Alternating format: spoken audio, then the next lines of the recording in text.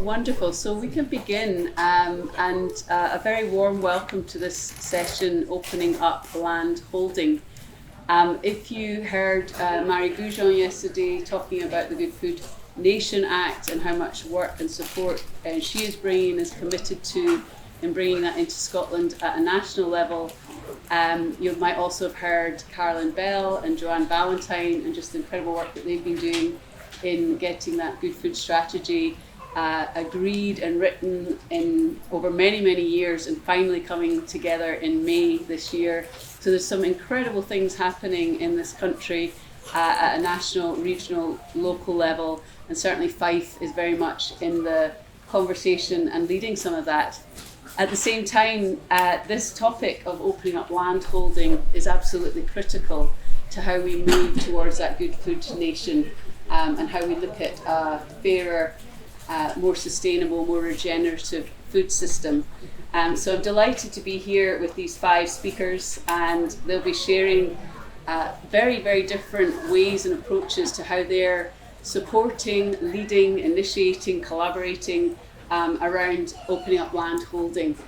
So I think you will enjoy the diversity, but also you'll probably hear a sense of how much they're challenging some of the narratives that are held more traditionally in society, whether it's the age-old sense of property ownership and what does that mean and how can we shift and change some of that, or whether it's something like communities, and do communities really have the capacity to take on the big kind of changes that we're talking about, and sometimes that's not always seen and held in the fullness of the potential and what it can actually do. So my name is Jackie Thoms. I'm a coach, a facilitator. I work with leaders and organisations that are looking at transitions and change and walk alongside. My company's called Friendy, and that means kinship in Norse, because I feel that's really the essence of what we are looking to do together, and also in the work of how do we walk alongside each other and bring kinship to support each other through some of these bigger changes. So we'll hear from each of the panel, and then we'll open up, and we're a lovely group, so we can just be in conversation together and really very much welcome your thoughts, your comments, your questions. So to begin, Ninian Stuart, who many of you will know, is the landholder at Falkland Estate. He's established the Falkland Stewardship, Trust, thank you, an Education Access Trust, and also something that you'll hear about in a moment, the Progressive Landowners Platform, which I think Alastair will speak to more. And Ninian has the sort of impossible task of responding to the question of how is Falkland Estate opening up land within a very short 4 or 5 minute period. So passing to you, Ninian, what is the essence of that? Thank you, Jackie. Can everybody hear me? Please let me know if my voice goes down, because I don't usually have a loud voice, so I'm doing my best. I guess a little bit, so the question of, gosh, how is Falkland Estate doing this? My family's been involved in the ownership of Falkland Estate since 1887. My great-grandfather bought Falkland Estate, as much as one does and can, by land, and left it to his second son. So I come from a family who have kind of been involved in land ownership going way, way back to Robert Bruce and probably before that. And for me as a teenager, there was a question coming in, which was, why me? Now, there were some elements of the why me. The first was, I was the youngest of 4 children. The other 3 were women. And the other one was, which only I've become aware of, I probably wasn't even aware of at that time, was that actually I did have an older brother, Timothy. He never lived. So I think it was a little bit of, gosh, why me? And I had a deep sort of sense of, I think also, as many people who have wealth, was sent off at the age of 7 to public school. And, it wasn't a bad public school. In fact, those, they weren't in themselves bad. I was not abused, but I really missed being yanked out of this community and being set apart.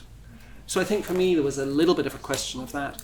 Falkland Estate now, and back to this question of, what is Falkland Estate in the journey, what we're doing is we're exploring really kind of what next for the estate. My children, whose mother actually, kind of her parents were landless labourers who came over from Ireland. But my children and I have decided, look, the time is, families are amazing things to get to where it is. And, we really credit the kind of ancestrals who are behind this. But this is time to move on beyond us. So at the moment, there's a question of what does that mean? And one option, which we're talking at the moment through the stewardship trust that you mentioned, which I'm no longer on the board of, but is how, might that little charity with the support of the community be interested in taking on? There's lots of examples, as we'll hear on later, in terms of community land ownership. Might that work? There are other options that another charity from the outside comes in. I don't know, there are ones out there, I'm not going to name any, but there's certainly one who has approached us and said, oh, look, we think we could hold this. We really like what's been building here. We could take it on. And there's another option, which is that actually it could be, as a person who died a few months ago suggested, it could be put into, not into 100 bits. Some people would say 1,000 bits or whatever, because actually then everybody could have a little bit of land. I don't know if that would work, but it could be split into different bits of the forest, the farming, the community, and all of those things. So at the moment we're living with those questions here, and I've kind of put that out and are just having the conversation. And I want to kind of, just before passing on, I suppose, I've struggled. I had a wee conversation with another landowner out there earlier, and I was remembering a little bit of a conversation of which was, to me, this not being a turkey voting for Christmas. And my riposte was, but better than to be an ostrich with your head in the sand. Then you kind of think, oh gosh, and all of this is where, we were struggling a bit with each other and in that conversation. And I woke up the next morning and waking dream of the wild geese. And that sense of that working together and getting behind the slipstream, and how do you move that on? So I suppose for me the Falkland story is around how do we move from me to we? How do we move from one person who holds a lot, and other people in the room who are landowners will know the burden of the family line? How do we move to that into a way of really being able to work together, as my own family name comes from the word stewarding. How can we collectively steward this place? Because actually, if we go way, way, way back, that's what people had to do. They had to look after the land. Sorry, that might be more than 4 minutes, but... Thank you, Ninian. That's perfect. So, thank you. So, this was hearing a little bit from what's happening in Scotland, and now we're introducing Alastair MacKenzie from the Real Farming Trust. His role there has been funded by the Joseph Rowntree Foundation, looking at how can you support the transition of people in a variety of different ways of holding land and owning land into how that might be shared, what are the sort of models, what's the transition journey, where are the financials, the legal agreements, and you've been on a whole sensing journey around that. And there's a big invitation to this Scottish group of people, isn't there? So, yeah. Alastair, I'd love to hear more from you. Thank you. As you'll tell, I've got the name but not the accent. It's been a really wild ride. I started in this role where I work for the Real Farming Trust, who put on the Oxford Real Farming Conference in August last year. And the role of this platform for landowners who are searching for different models has grown out of 15 years of conversations that have grown up around the Oxford Real Farming Conference. And as was mentioned, we've got funding from the Joseph Rowntree Foundation, which is a really interesting funder who huge amount of family wealth that got built up and is now being used to create amazing positive social impact. So what and sort of who have I been meeting over the last year? People from having a few acres to estates, and I think the thing that draws people together in this conversation is those who are looking to do things differently. They're looking for models of what has worked in other places. They want to learn from people who've stumbled and picked themselves back up again and not doing the same mistakes. They want to speak to people and actually make a connection and sort of share the things that you don't get to share publicly in forums like this, and have peers who they can speak to. And I think the other thing that unifies is this sense of people are getting very excited about regenerative and new models of how we respond to the changes that are coming. And the unifying thing is the idea that there needs to be more people involved on the land in some way.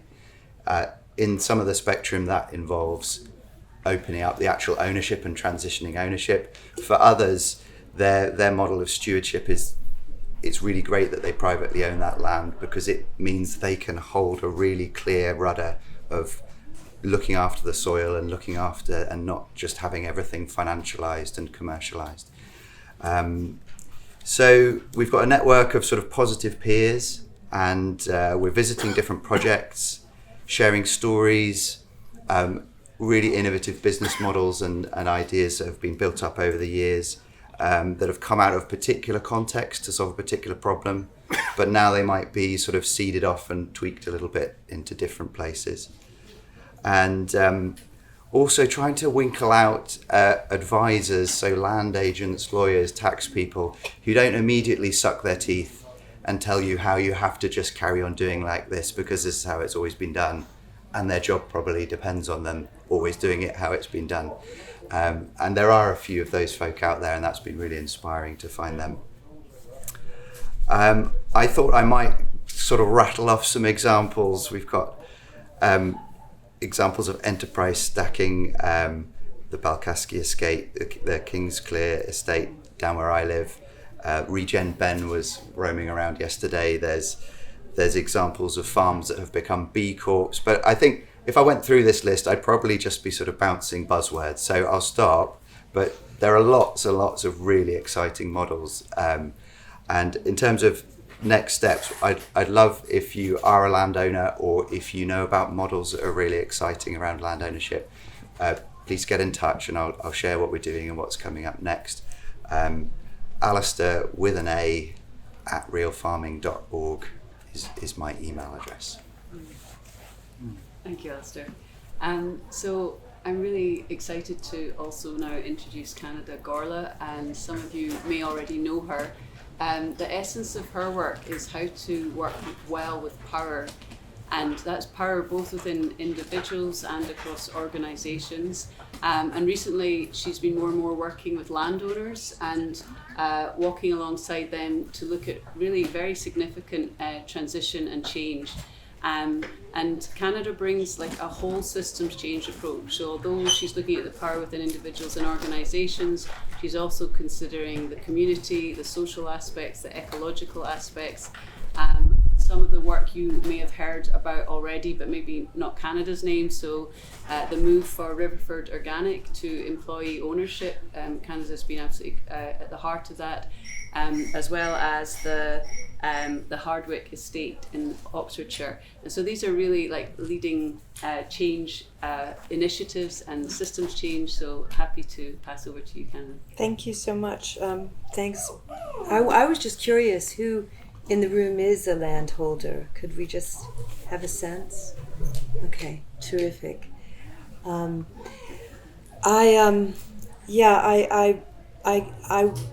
background really is way back was working in the performing arts, directing opera and theater and doing a lot of community projects.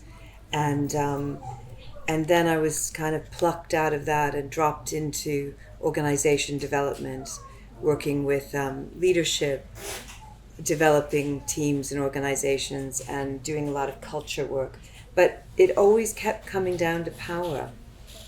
And whether your status in the organization or whether it was you on the front line, so to speak,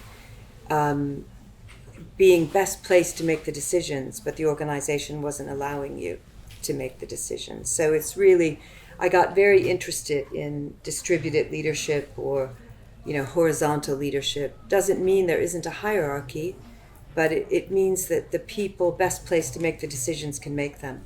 And who gets to make the decisions and who gets involved in decision making is a really big question, I think. So the inclusion question is quite big.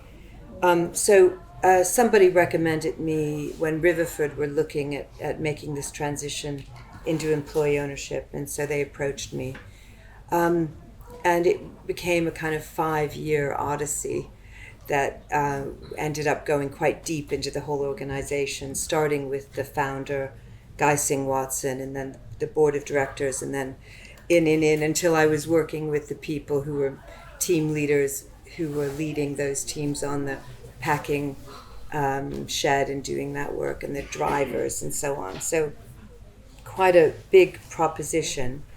And I think it got into questions of succession. So for Guy, it was, his own business.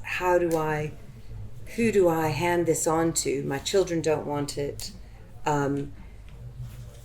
Who can I trust this with and trust it with? I don't want it to be bought out by a hedge fund.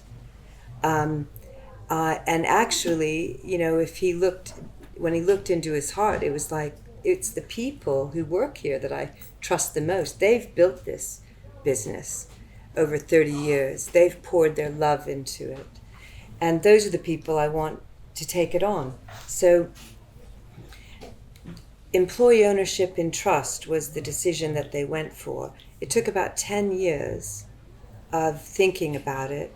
And then eventually, the managing director saying, come on, Guy, are you going to, let's fish or cut bait? Are you going to, are we going to do this thing or not? And having that push to actually do it. And it takes a lot of courage to do that, to let go of something you love and you've built up. And the trust that it takes is huge. And so really building trust was a huge part of that work that we did among the board, and then between the board and the business, all of the co-owners. Within a year, they brought me in a year before the legal transition, which was really smart. Because if the culture didn't change and if the leadership style didn't change, that legal transition would have meant nothing, and it would have just backfired. Worse than doing nothing, actually. So getting that sense that things are changing made a big difference. They then became a B Corp, but that was almost incidental because they already, that's just to have some external validation, but they were already working in that way. And setting up a co-owner council, so there's a democratic representation of all the co-owners, so it's like one councillor to 30 co-owners, and then there are trustees now, and there are 2 co-owners who also are trustees to make sure that the ethos of the business continues. So, and then I guess the other thing, profit share. So they always had a profit share, but now co-owners have a say in what that profit share is. And in the first year, the profits of the business doubled after going into EO, and it's continued to go strength upon strength. It's a real vindication, in a way, of that approach that, the people in the business are best placed to run it. And then the opening up of the land, Guy runs his own farm as well with his wife Geeti. They have a partnership, and we'd go on walk and talks to work with what he was dealing with and coaching him and guiding him into this letting go. And he'd see this row of barns, empty barns, and it was like, I really should do something with those barns. It's crazy that they're sat empty. And I knew of a guy who wanted to grow a seed growing business and didn't have land. So I put them together, and they liked each other. So it's like, great, Fred can have a patch of a field and put up a polytunnel or whatever and start growing seeds and then use the barn. And one thing led to another, and now there are 5 other small little enterprises running out of those barns. It's become the Battleford Collective, and they all they complement each other, they support each other, their businesses support each other, And it's become this very beautiful thing that's just like, the barn's empty, the buildings will just degenerate if they don't get used. Why not? And then, it turns into quite a thriving enterprise. Yes, and then Hardwick, I guess, just to say one little, is that okay to take a bit more? I think it's worth it. Go on. Hardwick Estate in Oxfordshire really has been inspired by the Scottish community buyouts. And Scotland is so far ahead of England and Wales in terms of enabling community buyout, enabling community assets to be preserved and to benefit the whole community. And so this family, who didn't want to continue to pass on the feudal system, brother and sister, decided, they went on a big tour of the UK and looked at different approaches to managing estates. So the Hardwick has 900 acres in Oxfordshire along the Thames. And what they saw in Scotland was so inspiring to them, especially the community-run estates where there was it's a charitable company, and they had paid staff. Those seemed to be the ones that were most functioning. That's the model they've gone to. And now we're working, it's been 2 years, it's very hard work, because this has been given, it's being given to the community. They didn't ask for it. They might not even want it.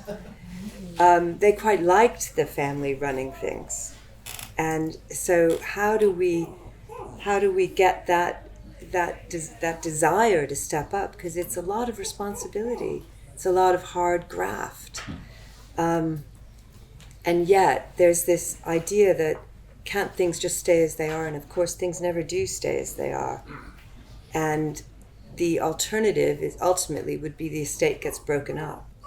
So recognizing that change is happening whether we want it or not, and then instead of kind of, resisting it or defending against it, actually embracing it and saying, yes, let's make the best of this. And let's have a great time in the process, and let's do something that's innovative and new and that might last for another 100 years or beyond, is the invitation.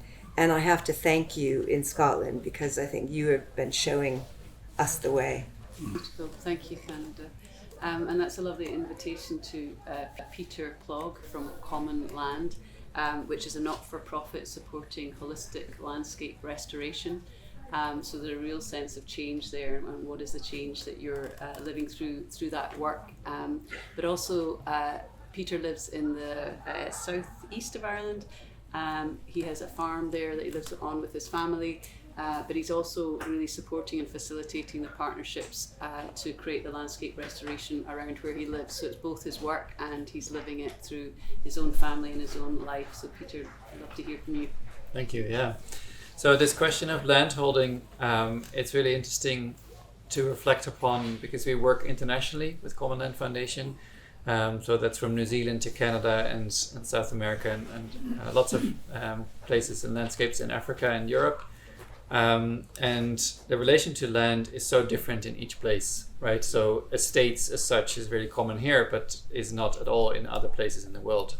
And for example, our work in the Netherlands, what we notice in the transition towards regenerative agriculture, ownership or even access to land is one of the biggest barriers.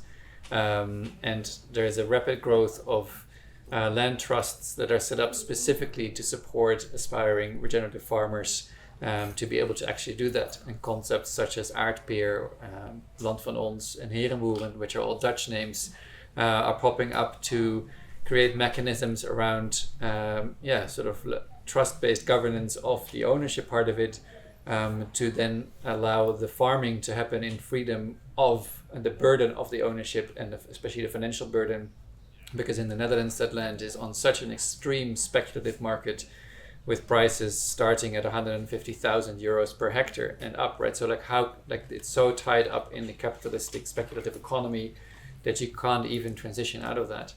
But then, for example, in Australia, in Western Australia, the conversation is completely different. The conversation there is about, hey, we don't actually relate to the land in a way that people who used to live here relate to the land. And the mindset of I own the land is so different from the thousands of years of I belong to the land, right? So that colonization pain is the part that actually needs the dialogue. So it's opening up the dialogue rather than like opening up, like before we can even talk about opening up land holding, it's like how do we open up that box of pain and trauma of colonization? And that's very, very much part of our work, of the work we support in Australia, but also in Canada. And even when I moved to Ireland, the very first thing one of my neighbors said to me is, "Are you English?"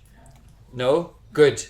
800 years they colonized it. So that's maybe a bit extreme, but I am also humbly acknowledging that as a Dutch also colonizing country, just that story is still part of it. And the estate that is my neighbor in Ireland is also English owned and has been for hundreds of years. And just the way people relate to the estate owner, there's just a whole bunch of tricky dialogue to be had in this topic. So I think it's great we're having this conversation. I think there's many more dialogues to be had and lots to learn. Wonderful. Thank you very much, Pieter. I think the thread of opening up dialogue is really critical to Bridie Ashrowan's work. She's a trustee of the Community Land Scotland, where she's bringing urban and rural grassroots development programs and working at that level and looking at what is the relationship between the urban and the rural, and how do we start to create collaborations and deeper connecting in that. And when I was speaking with Bridie yesterday, I really got this idea that she's challenging what I was speaking to earlier, this narrative that communities can't hold or don't have the capacity to actually take on some of these bigger change initiatives and to see them grow and flourish. And I heard some wonderful examples from Bridie, but also addressing the systemic issues around diversity and inclusion and poverty and inequality. So I'm happy to pass over to you, Bridie. Thank you, and I've been making notes to connect to many things that have been said as well. So tell me if I need to raise my voice. Also, I'm not used to doing that. So I humbly say I'm a trustee. We have an amazing team at Community Land Scotland, and it's often a masterclass when I go to things around policy. My goodness.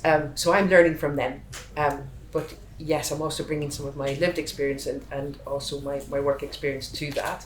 And when we mean community land in Scotland, it's actually a long history. So way up in the northwest, Assynt, that's nearly 100 years old, also storing away. So actually these processes have been going on for a long time to say who in our community can take the stewardship of this forward.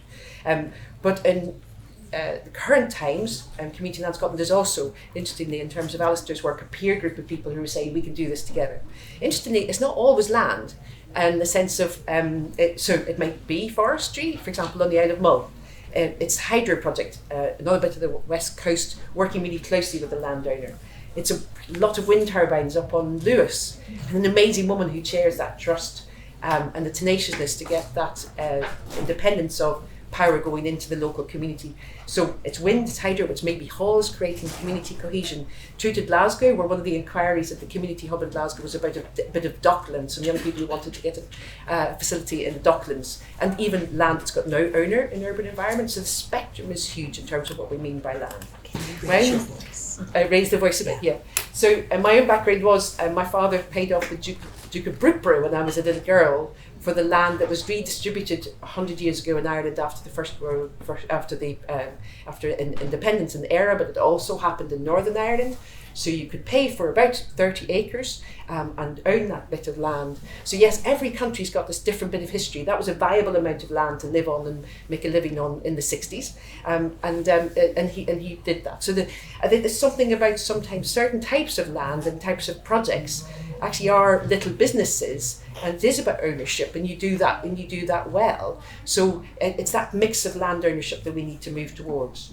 So just want to acknowledge that yesterday there was a question in the CEDA panel in the afternoon, which was who can help when people want to talk to their communities, and they mentioned Community Land Scotland and also Development Trust Association Scotland. But I take my hats off to my local people in the borders, local community in the borders in Ettrick and Yarrow, and I was there at the beginning when it didn't have much credibility, we weren't too sure, little project. I'm not a trustee there now, I'm doing other things, but they've built 7 social houses that are adding to the local primary schools population and skills that farmers need. And they've got 7 workshops. The building, like the Devon examples, Duke of Buccleuch had a barn, and that has been used as the site. So it's a very modest site. It was purchased through the Scottish Land Fund in a very amicable process that's actually really contributing to the area. They also have a marshland that they manage, and they'd love that's helping bring in tourism, and they'd love to have some forestry. So an example you can go and find online, Ettrick and Yarrow Community. In my previous professional role, I was working in Broomhouse, which is an area of very high deprivation in Edinburgh, and we built a new hub there. The builder of the hub, obviously, commercial organisation built the hub. They helped us with a piece of scrub land because we were using the garden to make the hub bigger. They helped us with a piece of scrub land about the size of this room, which is now teeming with life. It was actually just earth. It's supplying vegetables to the cafe at the hub.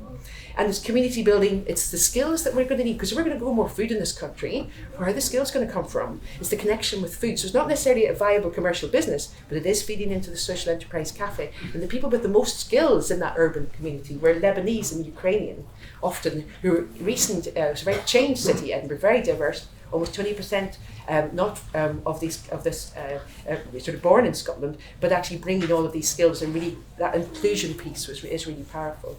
So I think it's really interesting where we can examples of agility, working landowners and community landowners working together in terms of some of our big challenges. So for example, housing is now 2/3 of our income if we rent our own property, not 1/3, which it was 20 years ago. So that's why it's getting harder for farmers to get their workforce. So can they partner with a community landowner to build housing? And JRF have done the most research on this rural poverty piece. So can we get market gardens going on the edge of farms? It may be a big arable farming supply to the whisky industry, but can we get those partners going? Because what really strikes me is the tenacity of landowners who are doing things differently here, and we've got so many, both community landowners but also private landowners, and the tenaciousness of those urban dwellers and those community landowners and those landowners of estates is something you all have in common. And maybe trauma is actually something that can sometimes create tenacity to find the very thing that you need to do in terms of changing the models and living more in harmony with nature. Because actually those of us on the land, we are the indigenous people now connected with land, rather than always feeling we've lost our traditions. So I think there's something there about moving from trauma to joy in connection in urban and in rural.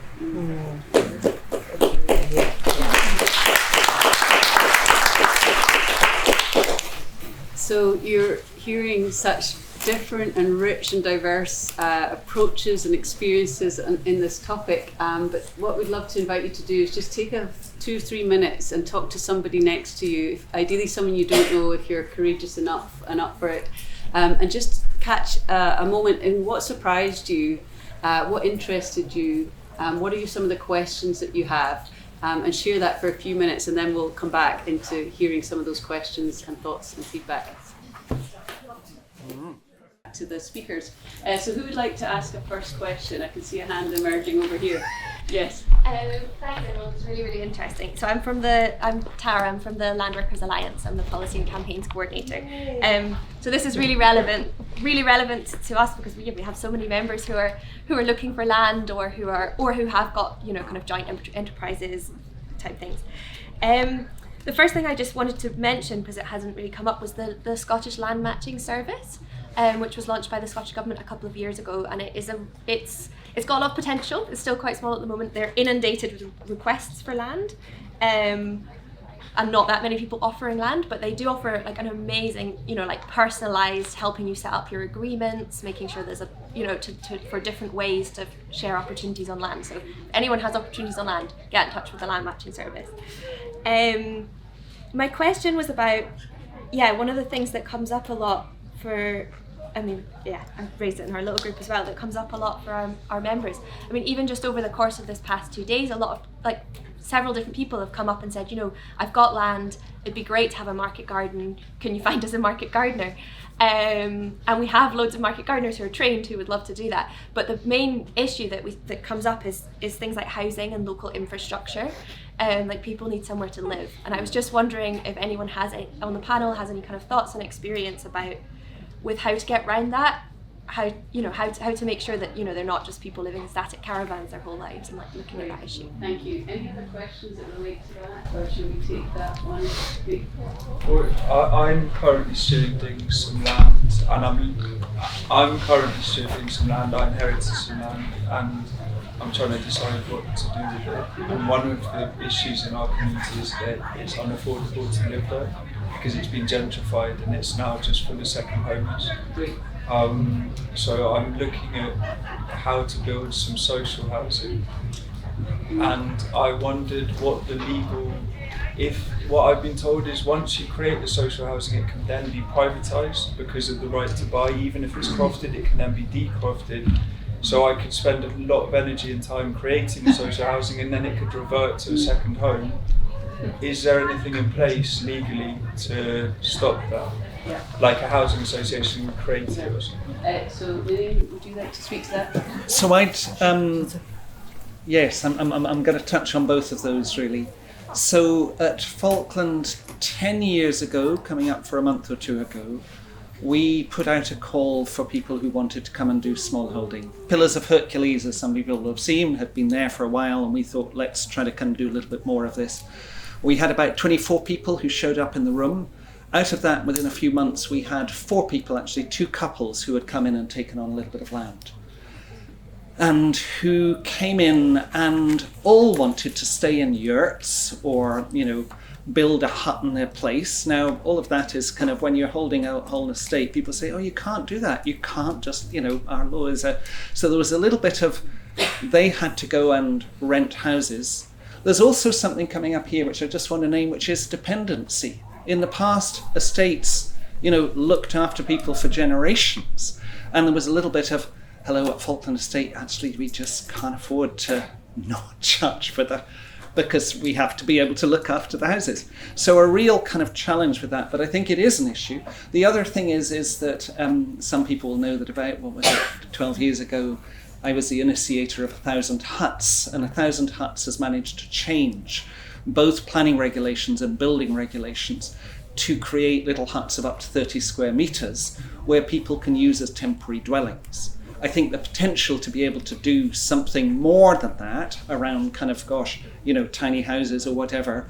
And there is a woman who does some education for young people on the estate, but who has managed at Uktamakti, I think, to get planning consent. Now it's only for 10 years to try to do some tiny houses stuff. So it's like, I don't know, these things will change, but there are all sorts of reasons. My daughter's an architect, and Christina says, we have to be really careful about this, Dad, because actually if you allow little houses to come in, then landlords will be saying, we got little houses, and everybody will have to move into little houses. Not everybody wants to live in little houses, and actually there's been a big fight to give enough amenity for people to have decent living. So there's, anyway, all of those things coming up, but thanks for those questions. Some response to that, Canada. Well, Wales has done some really great work around this in terms of planning, and I would encourage you to check it out. I'm sorry, I don't know the name of this, but One Planet Wales. Well, it's actually around if you're working on the land that you can live there. So, and maybe Scotland could adopt something like that, because the land workers, if you have animals, you have to be there. You can't just leave them. So, then that means there's a necessity to have a home.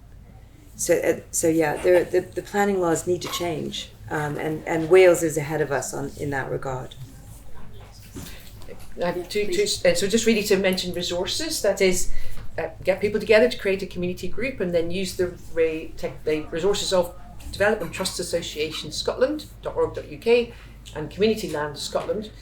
my local development trust in the other direction is currently doing a survey and learning of the houses that are already completed in the other valley up the road. And that's getting the assessment of the need from the farmers who need the workers, etc. South of Scotland community housing then often help on the very point that you're making, which is allocation of the houses, and the legals around those to enable that very thing not to happen, that it's available for that future. So yeah, and just to say I completely agree. Actually, not just often vegetables need a lot of looking after as well, actually, Yes, as well as the animals. So one does need to be nearby. There's not been enough take up of that. So yeah, I hope that helps in terms of resources.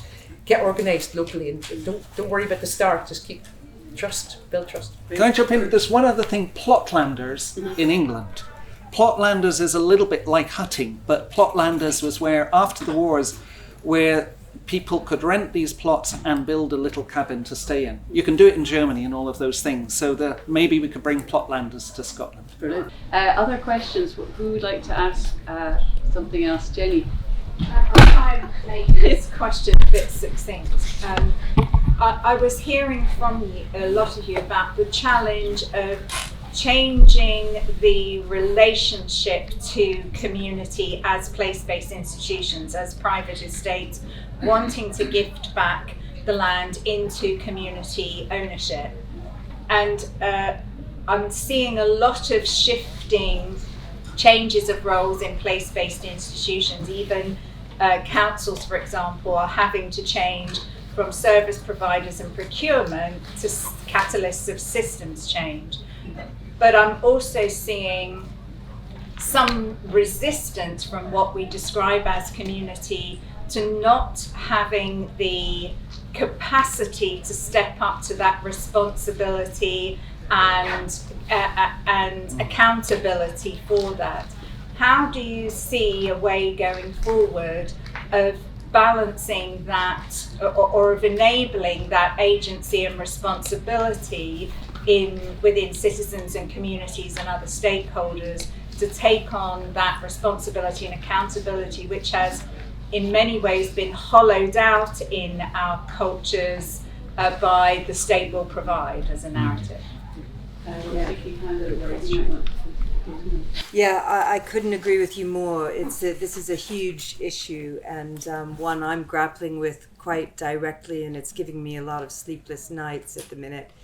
But one of the things that we're planning to do, we actually don't have much funding for this transition at Hardwick. So I have to muster some funding for this, but to offer training and open it up to not just people who live within the estate, but the wider community around mediation skills, working with conflict skills. What does it mean to be a good trustee? Even if you don't even ever want to be a trustee, come along and do the training, and then you'll have an idea of whether you want to or not. So it's all like capacity building, maybe nonviolent communication skills, all of these, like learning how to live together again, well, which is, absolutely essential. And also, what is community? Because honestly, there are so many different communities, and we're not assuming that there's a one community and we all think alike and so on, but trying to really build capacity and get interest. It could be that it's outside of the estate boundary, but that's all going to help over time. I think it's essential training. Great. I couldn't agree more. Yeah, it's actually take that time to actually learn some of the things, and that there are resources out there for that as well. Again, I've mentioned some of those earlier. Probably only in Scotland, though. Yes. But just to say, lots of things online, so one can access them from different parts of the UK. But I also think start small. Actually start with something that gives people confidence rather than feeling one has to do the big thing straight away. And where possible, talk to as many people as, do some communication, some surveys. Parties help. So just to say, in that community, Broomhouse, we have there is now, and I'm not there now, I was there for 5 years, we have a street party. And the street party makes people show up because there's music and there's food. So rather than a dark wet night in February, you have to take some forms. We had pasta voting, so the children could vote for pictures, and that also helped with language barriers, and there was lots of pizza.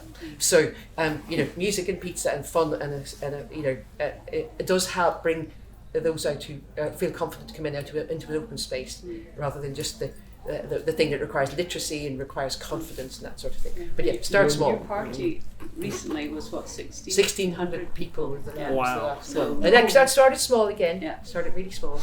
yeah, I wondered whether Pieter has something to add about origin stories and connection to the land and different narratives about why we should live up to this ownership thing and step up and do our thing and come together and train. Why would we? You know, what's behind that? And do you have any examples of how that works in your part of the world? Well, what is my, I think, part of the world, like this is our part of the world, but the story that comes to mind with your question is the process in Western Australia. I've never actually been. My colleague Jim McIntosh goes there often. He's actually from New Zealand, but you could hear in his last name he's actually from here, right? So it's that question that the people there, what they've realized, like Australia is only very recently been colonized after, you know, like thousands of years of a successful civilization, successful in the sense of their relationship to land, had evolved to an extent that they managed fires and ecosystems in such a way that was actually really quite sustainable, and that's changed over 100 years very rapidly. And what they realized, like, we can't turn back time, so we can't go back and, you know, we can't decolonize physically, but we can decolonize our minds. So what do we need to change about ourselves and our perception and our communication that could bring us into living peacefully on the land together? And that together became the striving. So they developed a process, a social innovation lab called Walking Together. We live now on this land together, and how can we re-indigenize ourselves and think into the future of how do we do that? And land holding and the ownership structures may be one part of that, you know, currently are embedded in a legal system that's based on the English system, but can we culturally create new narratives that could inform the future? So this is a very long road. And the people there have said, okay, we are committed to walk together on that road and see where it takes us. Yeah, it's a very beautiful, beautiful story, and very difficult. So there's also many things that haven't worked out, but they're still walking together. Yeah, just really interested in that idea of building community and kind of how you go about doing that. And I like that idea of you talking about skills and whether that's kind of stewardship or leadership and teaching those vital skills. But I'm also quite interested in, is there a cultural angle that's important here in terms of, so for reference, I did research down in England into how local food can be a real catalyst for creating community in areas where actually before we've kind of lost a lot of that. And I just wonder, is there a perspective for how cultural practice, whether it is food or anything else really, and that almost, the only word I can think of is almost the softer side of things is really vital here for kind of actually creating that cohesion on land. Definitely. Well, at Hardwick, it was like, okay, it was like, what do people love? What can unite people across all the different tribes of people that are there? And it's quite diverse. But yes, at parties, food, cake, dogs, and the woodlands. And the woodlands turned out to be kind of key, the love of the woodlands. And the story of when there was a drought a couple of years ago, and there was a call out by the guy who manages the woodland to say, hey, he just planted thousands of saplings, and it was to do with addressing the ash dieback, and they're all going to die if they don't get watered, and there's no way to get water out except by hand. So he just said, would anybody help? The entire estate turned out, and every night and every morning for about 5 days, handing a bucket to another person up the steep thing, and watered by hand a couple of thousand little trees and saved them. And that story has been incredibly unifying, and reminding people of that story brings everybody together across all the divides that just exist. Yeah, but really, really important. And I would say culture, people call it the soft stuff, it's the hardest stuff. And yeah. Wonderful. Bridie? Yeah, an example from the south of Scotland, where Southern Upland Partnership and Tweed Forum are working together on the Tweed. So the tributary of the Tweed is in Galashiels, so it's getting that town community, the urban community, into realising the value of its river, but using dance, the arts in a wider way. I couldn't agree more. Actually, how can culture, because often gets us to be quiet. Like those who were with Cedar yesterday, where we heard the birds working with music and with poetry. And it's maybe some food too as well. Couldn't agree more. But the Tweed Forum and Southern Upland Partnership, Connecting Treads is the name of their cultural project. And just because in my mind, building the cultural point is it's the heart of it. It's what makes it last. But actually, it can sometimes feel like you're building the culture from nothing, but from sort of weak roots as well. And actually, that cultivating that is a kind of vital part of it. Thank you. Really, just to follow on the two strands of culture and community. The village I live in, we've just created a community woodland. Now, the Development Trust over the whole village owns an old army camp. You'll know where it is now. The Development Trust has been looking to get volunteers to do things for years, and they get maybe 3 or 4 or 5 volunteers. When we started the community woodland 4 years ago, we now have 65 volunteers from the village active in that woodland. So the importance of woodland in terms of culture, Scotland has lost its woodland culture, but most people in Scotland have that innate feeling that they know they've lost their woodland culture and they're desperate to get back to it. So the value of woodlands is wonderful. Thank you so much. I love that. Can I just I think we need to move to sort of closing comments, so I'll maybe start with Ninian and move along. You could incorporate your thought. Yes. Yeah, so thank you, and it's been such a rich conversation. Imagine in the middle of this we've been, I think for me, touching all sorts of things. So I would like to kind of both nature and culture. And Jenny, gosh, you've run this thing around story of place and power of place and all of these things. So in terms of here, I'm lucky enough, most of you aren't, but to be looking at this hill over here, the East Lomond Hill. It means Beacon Hill. And it's called people, here for millennia, really. People have kind of gathered with that. But in Falkland, most of us have lost our own stories of what once happened here. Person first invented the first wooden beehives in Falkland. Most people will not know that. It's like I met a livestock professor down in Norwich, and he said, "Oh, you'll know about all the Falkland cow." And I said, "What's that?" So there's a little bit of, we have, and there is something around how well it is returning and finding how we return to all of that. I want to just kind of, I suppose another bit is coming up here is, and something around the challenge of owning it or being that single owner, which I've always struggled in. But there is, actually, we all need to own it. We need to own our shit, if I can bring this. I know you're into farming. But actually, we need to own what we're doing right, what we're not doing right, and we move on. I think then there's another bit, and this taps into somewhat you were saying, Pieter, but of how do we disperse the stewardship on the land? How do we get to a way of actually the people who are doing the stuff that they know how to do in that plot over there, and actually it's all kind of, in a sense, it has its place, and those workers know that it's theirs to do and are recognised for that. And the third one I want to bring in is so ownership, stewardship and relationship. We are all related. The people who come and walk on this estate, hundreds of thousands of visitors, actually they all have a place here, but there is a little bit of how do we find it's that little bit of getting the right order between us. And I think we're still struggling with that. We're struggling with that here at Falkland on this estate. And I think at the moment, just because of the whole colonialisation and, all sorts of things going way, way back, thanks to our ancestors, that we're having to almost unlearn in order to do something.